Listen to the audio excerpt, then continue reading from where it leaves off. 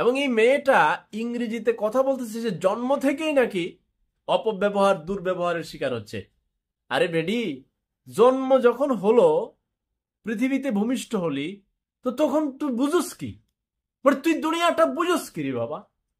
তুই মা বাবার বিরুদ্ধে দ্বারা আইনি নোটিশ করে সারা মিডিয়াতে ভাইরাল করে, সে বলছে ওয়ার্ল্ড ওয়াইড, এমন ইংরেজি মারাচ্ছে যে বুঝার, আমি বুঝবো কি ইংরেজিটা? তা আমি শুধু খেয়াল করছি সন্তানের যে আইন আদালত পর্যন্ত গিয়ে দাঁড়াইছে, এবং তার মা বাবার পক্ষের যে উকিল, তার বয়ান শুনলাম, বলল যে আচ্ছা বলেন তো, মা বাবার একমাত্র সন্তান, তার পিছনে সকল টাকা পয়সা খরচ করছে, পড়াশোনা করাইতেছে, মানুষ করার চেষ্টা করতেছে, আর কি করবে?